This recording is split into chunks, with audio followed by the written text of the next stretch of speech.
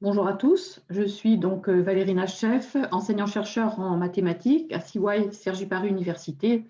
Je vous souhaite la bienvenue à cette présentation du bachelor Y en Data Science. Cette conférence va être enregistrée et on vous donnera donc la possibilité de la revoir. Avant de vous présenter le programme, je vais vous inviter à entrer dans le monde de la data science puisque nous avons un bachelor en data science. Et je laisse donc la parole à Elian qui va montrer la data science.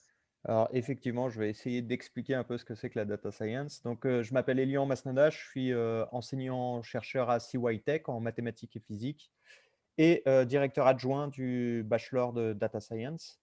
Et donc, comme, l'a mentionné, Valérie, en fait, on s'est dit qu'avant même de vous présenter ce que c'est que la formation, ce serait bien qu'on arrive à vous expliquer un peu ce que c'est que la data science. Puisqu'on suppose que la data science, c'est, un mot que vous avez déjà entendu, mais vous ne savez pas forcément accoler à ce mot-là une définition claire. Et donc, je vais tâcher de vous l'expliquer. Alors, même si toute la formation va être faite en anglais, je vais essayer de ne pas trop utiliser d'anglicisme, mais en tout cas, je vais déjà définir en termes français ce que c'est que la data science. Il s'agit de la science des données. Donc, pour essayer de vous illustrer ça, je vais vous prendre un exemple où je pense que vous êtes tous familiers avec ça, donc c'est YouTube. Et donc ici, vous avez un screenshot, une capture d'écran. J'avais dit que j'ai évité les anglicismes, donc on va essayer de les éviter jusqu'au bout. Vous avez donc une capture d'écran de mon YouTube à moi, donc de ce que je voyais donc à un certain moment. Donc ici, vous avez une vidéo d'un humoriste, suisse qui s'appelle Thomas Wiesel et du coup, à droite, vous voyez que vous avez toute une, liste de vidéos. Tout l'intérêt de YouTube, c'est de faire en sorte que vous restiez le plus longtemps, sur leur plateforme. Donc, après avoir visionné une vidéo de YouTube, que vous restiez sur YouTube en regardant une nouvelle vidéo. Juste pour fixer les idées aussi, il faut savoir que derrière une vidéo, il y a une multitude de paramètres à prendre en compte. Donc sur la vidéo elle-même, il y a tout ce qui est relié à, la durée de la vidéo, quel est le youtubeur qui a fait la vidéo, quel est le nombre de pouces, positifs et négatifs, sur la vidéo, quel type de vidéo c'est. Est-ce que c'est une vidéo comique ou est-ce que c'est une vidéo, avec, d'autres caractéristiques, par exemple triste ou, sensible, enfin tout ce que vous pouvez imaginer. Il y a aussi tous les paramètres reliés à l'individu, au visionneur lui-même. Donc, quel type de vidéo il aime bien regarder, quel est son comportement vis-à-vis des vidéos. Et puis, quand il regarde une vidéo, par exemple, humoristique, est-ce qu'après il a tendance à regarder une autre vidéo humoristique ou pas? On sent bien qu'il va y avoir un lien, qu'après avoir regardé une vidéo, très drôle, je ne vais pas vouloir passer immédiatement à une vidéo qui va me faire, pleurer. Donc on voit qu'il y a aussi des relations, entre les vidéos. Donc on a des caractéristiques qui concernent la vidéo, on a des caractéristiques qui concernent l'utilisateur et puis des caractéristiques qui, lient en fait l'utilisateur à la vidéo et puis les vidéos entre elles. Donc voilà, donc ça c'était pour expliquer, ce qu'on pouvait mettre comme caractéristiques derrière les vidéos. Donc maintenant, on va passer vraiment au processus qui sert à décrire la data science. Donc là, le premier point, c'est la collecte des données. Puisque du coup, comme je l'ai dit, il y a beaucoup de caractéristiques à prendre en compte et donc il va falloir enregistrer toutes ces informations-là. Et évidemment, là, il faut imaginer que vous allez avoir des téras et des téras de données qui vont s'ajouter, chaque jour et donc il faut que ce stockage soit efficace, tant du point de vue du coup de la place que ça prend, parce que, du stockage, c'est quand même un coût et aussi au niveau de la facilité d'accès à l'information, puisque quand on a l'information, après, on veut l'utiliser. Alors, les données en elles-mêmes servent à pas grand-chose. Si on se contente d'avoir des données, finalement, on ne connaît pas grand-chose au problème. Donc, en plus de toutes ces données qui concernent donc l'utilisateur, qui concernent, les vidéos et qui concernent le lien entre l'utilisateur et les vidéos, il va falloir maintenant étudier mathématiquement quels sont les liens entre ces différentes variables. Donc, c'est ce qu'on appellerait en fait étudier les corrélations et les causalités entre ces différents paramètres. Alors, on peut vouloir, par exemple, visualiser ces corrélations et pour ça, tracer des figures. En fait, vous connaissez déjà en terminale, des corrélations, donc des liens entre variables. C'est ce que vous faites quand vous tracez y égale f de x. Finalement, qu'est-ce que vous dites? vous dites que la variable y est reliée à la variable x et le lien entre les 2, c'est f.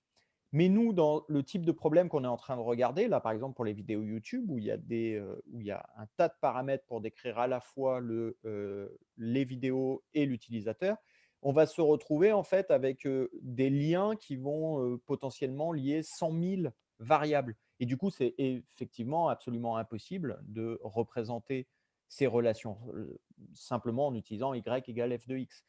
Du coup, il va falloir faire aussi de la visualisation de données. Et cette visualisation de données va être beaucoup plus complexe que ce que vous faites à l'heure actuelle en terminale. Donc, en plus de, du coup, l'étude des corrélations et des causalités qui donc permettent de voir les liens qui existent entre les vidéos et puis, les utilisateurs et de la visualisation de données, bah, il y a une partie intelligence artificielle. Donc l'intelligence artificielle permet à la fois de, trouver ces corrélations-là, mais elle peut aussi permettre de trouver quelles sont les bonnes variables à prendre en compte dans notre problème. Donc, quels sont les bons paramètres? Par exemple, dans notre cas, quels sont les bons paramètres qui permettent de caractériser les vidéos ou de caractériser l'utilisateur? Ça, c'est déjà un problème, excessivement difficile de trouver les bons paramètres et donc ça peut être assisté aussi par intelligence artificielle. Donc maintenant, imaginons qu'on a fait toute cette collecte de données, on a fait notre étude statistique, qui nous permettent de voir les relations entre les vidéos et les utilisateurs. Maintenant, on va pouvoir passer à l'aide à la décision, puisqu'on connaît les liens qui existent entre les vidéos et entre les vidéos et l'utilisateur. Donc, moi, en tant qu'utilisateur, je suis en train de regarder une vidéo de Thomas Wiesel et toutes ces corrélations-là permettent à YouTube de dire, bah, après avoir regardé une vidéo de Thomas Wiesel, étant donné comment je suis, je vais plutôt avoir tendance à vouloir regarder une autre vidéo humoristique et puis étant donné toutes les caractéristiques des vidéos, bah, ça pourrait être une autre vidéo de Thomas Wiesel ou alors une vidéo d'un autre, comique et ainsi de suite et du coup, ça correspond finalement à ce que vous avez à droite de votre, site, quand vous êtes sur YouTube et donc c'est l'aide à la décision, ce qu'on peut appeler, le business intelligence. Donc là, ce que je viens de décrire, du coup, c'est très spécifique à YouTube, donc le stockage des données, donc stockage de tous les paramètres qui caractérisent une vidéo, un utilisateur, puis l'étude de ses corrélations et enfin l'aide à la décision en vous proposant des vidéos. Mais finalement, comme je vais le dire là dans quelques secondes après, heu, ça s'applique à un bien plus grand nombre de domaines. Donc, juste pour, résumer un peu, voilà, on a, quelques mots un peu, généraux qui permettent de caractériser, la data science. Donc d'abord, il y a le mot big data. Donc big data, c'est, tout ce qui est relié à la donnée elle-même, donc aux grandes quantités de données. Donc, il y a, les histoires de stockage, donc de bases de données, d'accès à ces bases de données. Donc voilà, donc là, le mot-clé, c'est un peu, base de données. Il y a aussi donc la partie intelligence artificielle avec des mots que vous avez probablement déjà entendus comme, deep learning et machine learning qui intervient donc, à plusieurs endroits dans le processus de data science. Vous avez évidemment la partie mathématique avec les statistiques qui permettent donc d'étudier ces corrélations-là, mais finalement, comme, Valérie le dira par la suite, les mathématiques interviennent aussi, par exemple en intelligence artificielle directement par des méthodes de descente de gradient, par exemple. Et puis après, vous avez la partie business intelligence, qui est donc une partie que j'ai appelée, enfin que j'ai tenté de traduire par aide à la décision. Donc, du coup, voilà quels sont un peu les mots-clés associés à la data science. Alors maintenant, dans quel domaine on applique la data science? Bah, dans tous les domaines où en fait on a beaucoup de données et du coup, ces domaines-là, bah, ça peut être, bah, évidemment sur, internet puisque sur internet, on a un accès facile aux données et puis un stockage facile. Donc, vous imaginez que dans tous les réseaux sociaux, c'est beaucoup utilisé. Sur les plateformes de streaming, donc comme, je viens de le montrer pour YouTube, mais aussi pour Netflix et puis, aussi pour la publicité, pour avoir des publicités ciblées, donc faire en sorte que, l'individu qui va recevoir la publicité soit réellement intéressé par la publicité plutôt que de montrer la même pub à strictement tout le monde et que finalement elle n'intéresse que 1 des gens, autant sélectionner les gens à qui on montre, la pub. Il y a aussi des applications évidemment beaucoup plus altruistes comme, pour, l'écologie par exemple, avec les smart cities, mais vous avez aussi une partie en médecine. La médecine peut fortement utiliser ça, puisque vous pouvez faire des études sur un grand nombre de patients. Et d'ailleurs, ça pose toute la question de la, de la sécurité des informations qu'on donne et du fait que on ne puisse pas tirer enfin, vous faire euh, négativement, avoir des aspects négatifs sur le fait que vous avez autorisé l'utilisation de vos données. Donc en médecine, par exemple, vous allez pouvoir mener des études qui vont avoir pour but de voir si tel comportement amène la survenue de cancer, par exemple, ou si euh, tel médicament permet de soigner telle, telle pathologie. Et du coup, bah, tout ça, ça peut aussi utiliser la science des données. Donc voilà, donc j'ai essayé de vous montrer, de vous vulgariser, en étant à la fois le plus simple possible et le plus juste possible, ce que c'est que la data science. Et donc maintenant qu'on a fait ça, on va pouvoir, enfin Valérie surtout, va vous présenter maintenant la formation en elle-même. Voilà. Bien. Merci Elian. Donc maintenant, je vais vous représenter cette formation. N'hésitez pas à poser vos questions dans le chat au fur et à mesure de la conférence. Donc, ce Bachelor international en data science, comme on vient de vous l'expliquer, est une formation reliée à la data science. C'est une formation en 4 ans qui est complètement enseignée en anglais.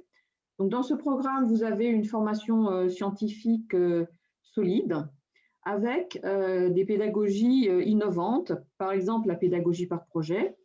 Il y a également une ouverture sur le monde via des conférences et également un lien fort avec les entreprises via les projets et les stages. Et puis les entreprises également donnent il y a des professionnels qui viennent donner des cours et des conférences. Donc, je reviens sur la formation académique solide. Donc, les 2 tiers du programme vont vous donner les bases pour l'étude de la data science et les bases de la data science. Et les projets dont je vais vous reparler plus tard représentent, eux, environ 1 tiers du programme. Donc, les cours permettent d'acquérir des bases solides en mathématiques, informatique, comme vous pouvez le voir, base des données, intelligence artificielle, exploration des données, statistiques aussi. Donc, ce sont vraiment les briques indispensables aux data scientists. Comme vous pouvez le voir ici, la formation se déroule de manière progressive. Les 2 premières années sont dédiées plus aux bases de mathématiques, statistiques et informatique, avec en B2, en 2e année, un début d'initiation à la data science. Et puis, à partir de la 3e année, vous avez les matières, les cours de spécialité vraiment fondamentaux pour la data science, et on continue en 4e année. Également, dans cette formation, il y a une ouverture donc sur le monde et former les citoyens de demain dans toute la complexité actuelle du monde. Donc, vous avez, pour compléter la formation, donc des cours de sciences humaines et sociales afin de mieux comprendre le monde et donc les humains qui vivent dans ce monde, mais également des cours d'économie et de gestion pour comprendre aussi le fonctionnement économique des sociétés. Et enfin, une ouverture également avec les conférences. Donc, ces conférences sont données par des professionnels et des chercheurs, et elles concernent non seulement la data science, mais également des domaines dans les enjeux environnementaux et sociétaux. Donc, comme on peut le voir, le Bachelor va former les futurs spécialistes internationaux de la data science, et ces spécialistes vont être capables de travailler dans des environnements à la fois francophones, la formation se déroule en France, mais également anglophones, puisqu'on a une formation qui est complètement enseignée en anglais, donc dans laquelle sont inscrits des étudiants internationaux et des étudiants français. Donc là, je vous donne un aperçu des cours. Donc, bien sûr, tout est en anglais, hein, puisque les intitulés des cours sont en anglais. Donc, en première année, vous avez donc bien sûr les mathématiques. Donc, par exemple, les outils mathématiques qui vont être donnés permettent la modélisation des problèmes, donc représentation des données, par exemple. La logique aussi est importante pour la structuration des données. L'algèbre linéaire va permettre d'utiliser les réseaux de neurones dans les opérations d'apprentissage. tâches de deep learning et machine learning. Également, donc, les cours d'informatique vont concerner l'algorithmique et le langage Python. En deuxième année, vous approfondissez les connaissances en mathématiques statistiques. Il y a un cours d'analyse multivariable qui permet donc d'appréhender, par exemple, les algorithmes de descente du gradient qui sont utilisés en deep learning. Et en informatique, les étudiants travaillent sur les bases de données, le langage Java. Et ensuite, donc, à partir de cette deuxième année, des cours d'analyse des données de statistiques permettent une première approche de la data science. Donc, la troisième année présente un focus fort en data science au premier semestre, avec les cours fondamentaux de deep learning, machine learning, donc nettoyage et traitement des données, par exemple. Le second semestre est dédié à une mobilité académique dans une de nos universités partenaires qui vont offrir aux étudiants des cours permettant d'enrichir le cursus. Et cette troisième année se termine par un stage de 4 mois. En quatrième année, donc vous allez compléter vos connaissances et compétences en informatique, data science, avec également en fin d'année un stage. Donc, comme je vous l'avais dit au départ, donc des pédagogies innovantes sont mises en place dans cette formation. Alors, l'année va commencer par des journées d'intégration. On va expliquer aux étudiants quelles sont les pédagogies qu'on va mettre en place, comme la pédagogie par projet, par problème, les classes inversées. Et également, on les prépare au travail d'équipe et de groupe qui a vraiment une grande importance dans cette formation. Et on fait tout pour que l'étudiant soit acteur de sa formation. Donc, la ligne directrice de Bachelor, c'est donné par 3 attitudes, c'est-à-dire apprendre pour faire pour apprendre et apprendre par la pratique. Ce qui permet d'aborder les notions des cours de manière différente, de les appliquer dans les projets, mais réciproquement, les projets vont être l'occasion d'aborder des notions qui n'auront peut-être pas encore vues en cours et qui seront ensuite approfondies en cours. Alors, à partir de la troisième année, les étudiants, vous allez gagner en autonomie. Et donc, par le principe de la classe inversée, vous allez travailler certains cours à l'aide de MOOC, donc sur des plateformes. Alors, bien entendu, vous n'êtes pas laissé seul sur l'apprentissage de ces cours, puisqu'il y a un encadrement avec un enseignant qui vous guide dans l'application des notions étudiées, soit par des exercices, soit par des projets. Et également, donc, vous serez formé à la méthode Design Thinking, donc je vais vous présenter maintenant. Cette méthode Design Thinking donc, est utilisée dans la conduite de projet. Alors, pour vous l'expliquer, je vais revenir un petit peu sur le projet de la data science, qui reprend ce que vous a présenté Elian tout à l'heure. Donc, dans un projet en data science, donc on a la collecte, le nettoyage et la préparation des données, qui sont les premières étapes. Ensuite, l'exploration des données, c'est donc un processus qui va permettre d'obtenir des informations à partir de grands ensembles de données à l'aide de statistiques, mais aussi en utilisant les bases de données qui vont permettre de bien structurer les données. Et donc, à partir de là, on va pouvoir émettre des hypothèses de corrélation entre les données, mais il faut être très vigilant sur l'interprétation de ces corrélations. Donc, cela demande aux data scientists de savoir poser les bonnes questions par rapport à ce qu'il a sur les données. Et à la fin, donc, il faut proposer un modèle pour répondre aux problèmes. Et ensuite, finalement, on présente les résultats et on propose les solutions aux parties prenantes. Donc, l'utilisation de cette méthode de design thinking en data science va permettre d'améliorer les process durant la phase de projet. Donc, en fait, cette méthode de design thinking va reposer sur les principes suivants. Donc, le premier principe, c'est ce qu'on appelle l'empathie. Donc, on dit que l'humain est au cœur de la méthode, c'est-à-dire que le data scientist doit prendre en compte les besoins des parties prenantes et les comprendre et les garder en tête tout au long du projet.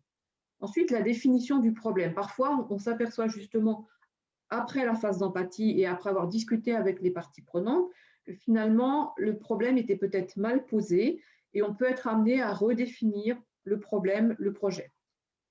La troisième phase, c'est donc l'idéation, qui est une phase très importante, puisque c'est durant cette phase que les membres de l'équipe vont émettre toutes les idées qu'ils ont sur le sujet, et il y aura une mise en commun de toutes ces idées.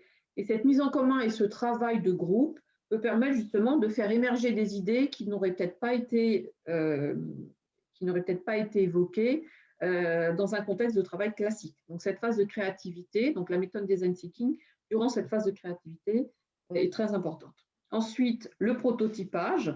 Donc, cette étape va permettre de développer une meilleure compréhension donc, des données et d'avoir une idée sur la faisabilité des solutions.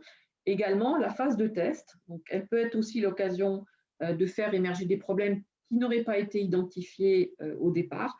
Et donc, on peut repartir dans le processus de l'idéation pour représenter une solution qui sera satisfaisante pour les parties prenantes. Donc, en fait, on voit que le data scientist, quand il applique la méthode du design thinking, il va mieux connaître les parties prenantes et leurs besoins, découvrir les informations aussi qui permettront de mener à bien le projet. Donc, les projets tiennent, comme je l'ai déjà dit, tiennent une place importante dans la formation. Donc, il y a différents types de projets. Des projets d'une semaine type hackathon, c'est-à-dire que c'est une semaine banalisée où les étudiants vont se concentrer uniquement sur le projet avec des parties encadrées et des parties en autonomie, avec toujours à la fin une restitution du travail.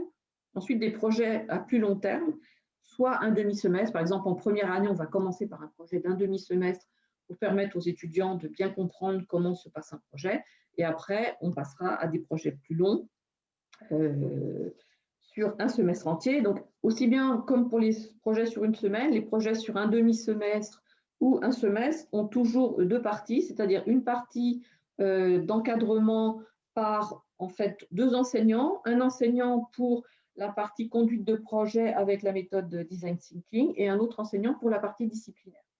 Et puis également une autre partie sur une autre demi-journée. Les étudiants vont être en autonomie et vont travailler en groupe sur le projet, avec toujours bien sûr la possibilité de pouvoir joindre l'un des enseignants s'ils ont des problèmes. Ça, c'est toujours le cas.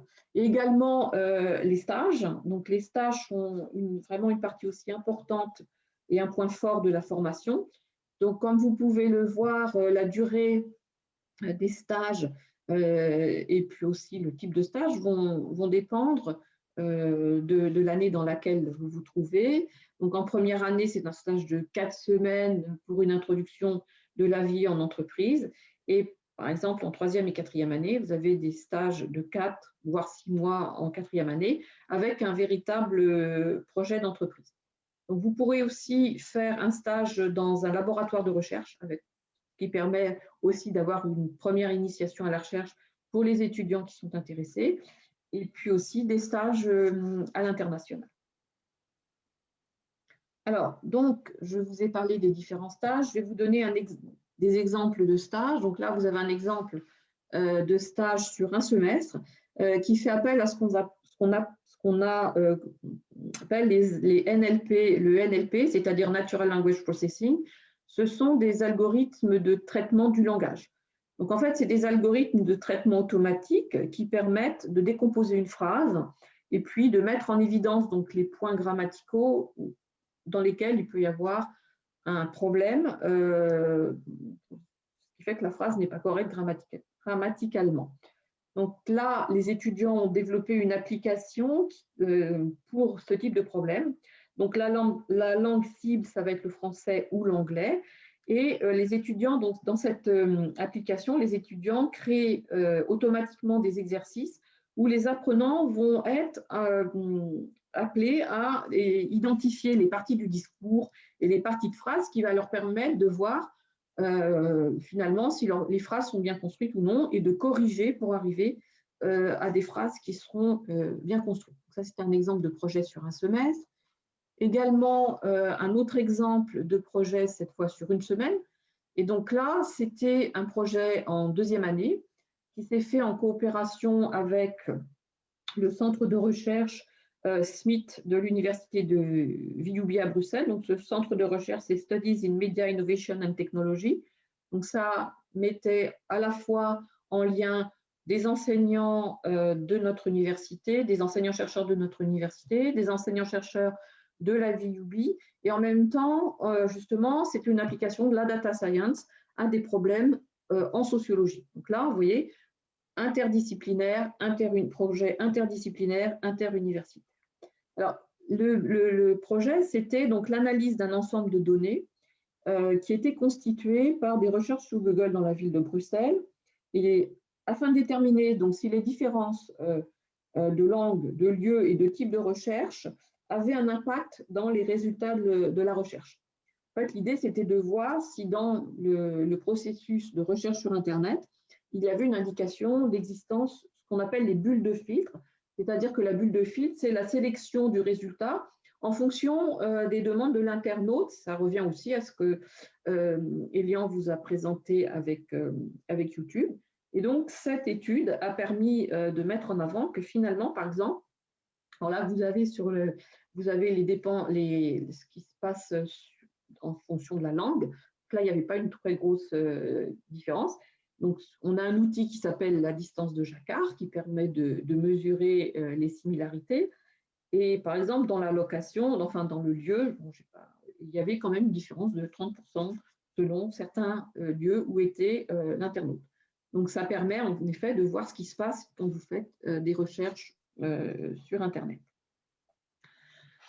Donc, nous avons une formation complètement enseignée en anglais et les étudiants vont avoir une expérience internationale. Donc, vous aurez une expérience internationale sous différentes formes. Alors, tout d'abord, par le mélange, bien entendu, des promotions, puisque vous avez des étudiants qui viennent de tous horizons. Donc, par exemple, Brésil, Chine, Égypte, Guatemala, île Maurice, l'Inde, Liban, Népal, Russie, Sri Lanka, USA, Vietnam, donc ça vous donne déjà une bonne variété de nationalités. Et puis également, notre équipe d'enseignants-chercheurs est composée d'enseignants-chercheurs internationaux, les projets interuniversitaires, comme je vous en ai présenté déjà, la mobilité académique, il y a un semestre dans une université partenaire, mais également les stages. Donc, je vous ai parlé des stages en laboratoire ou en entreprise, mais ils peuvent se faire aussi dans un laboratoire de recherche d'une université partenaire ou dans une entreprise à l'international.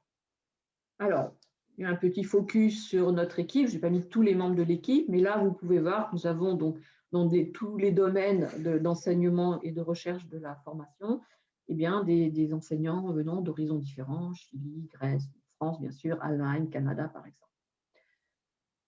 Également, donc, dans tout ce qui concerne l'international et le fait que la formation soit enseignée en anglais permet des échanges beaucoup plus importants avec les universités à l'international. Donc là, l'université CY Cergy Paris Université, en fait, fait partie de ce qu'on appelle l'Alliance Utopia, c'est-à-dire que c'est un regroupement de 5 universités qui montent ensemble des projets communs. Donc, vous avez Warwick, la VUB, Pompeu Fabra, Gothenburg et Ljubljana.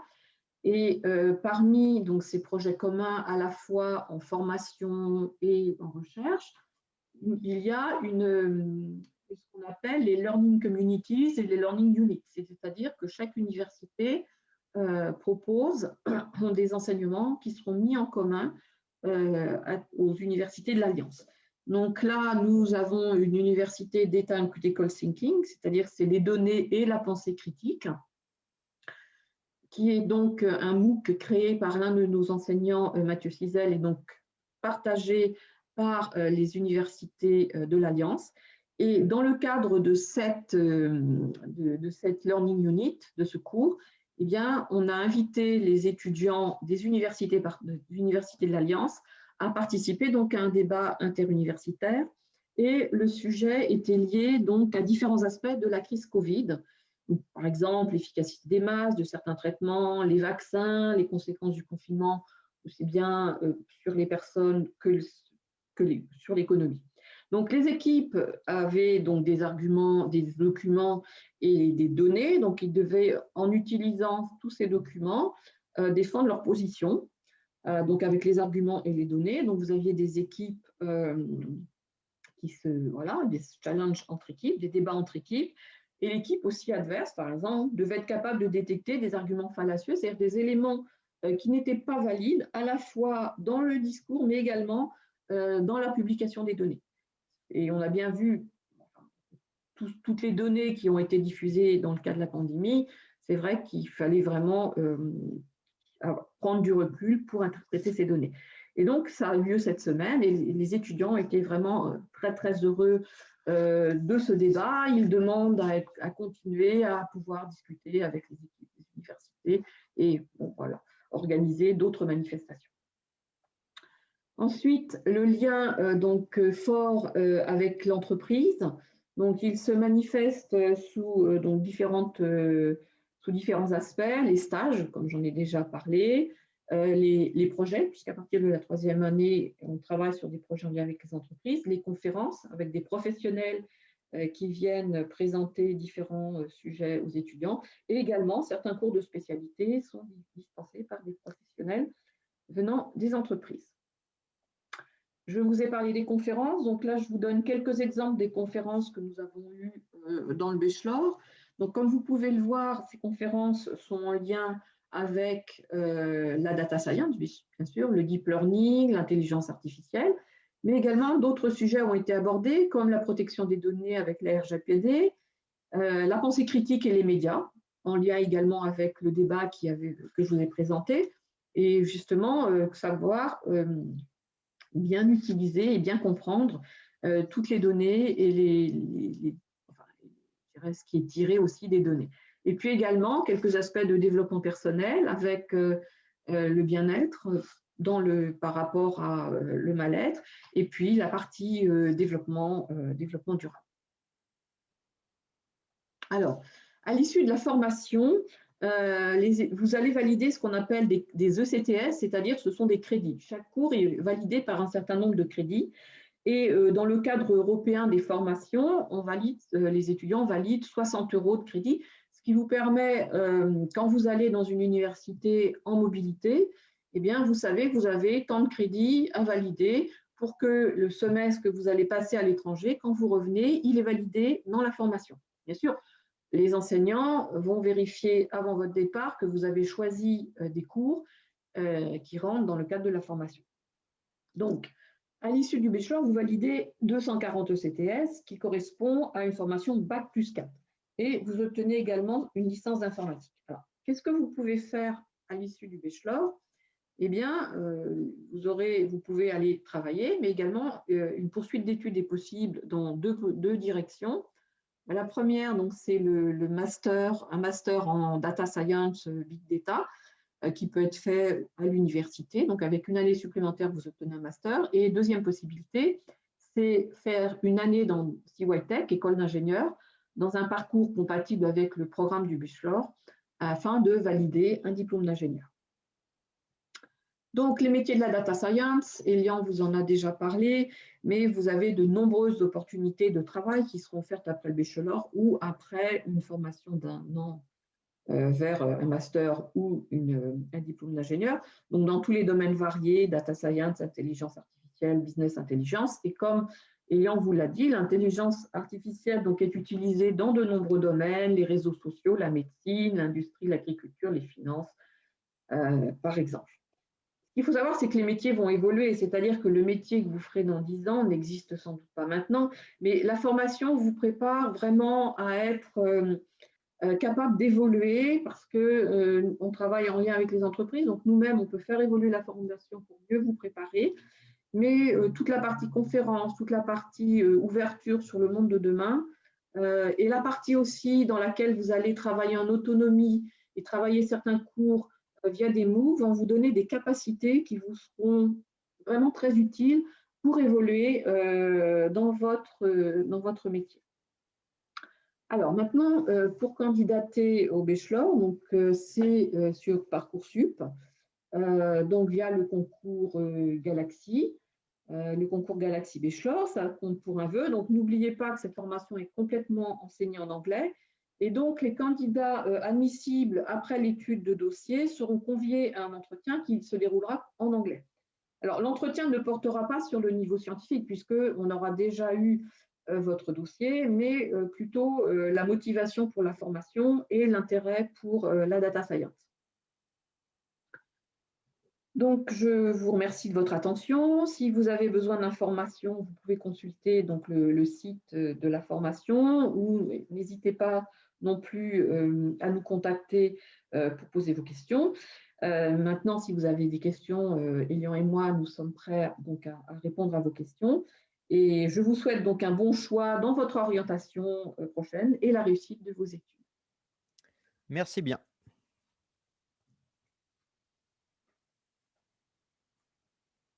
Du coup, tu peux couper l'enregistrement.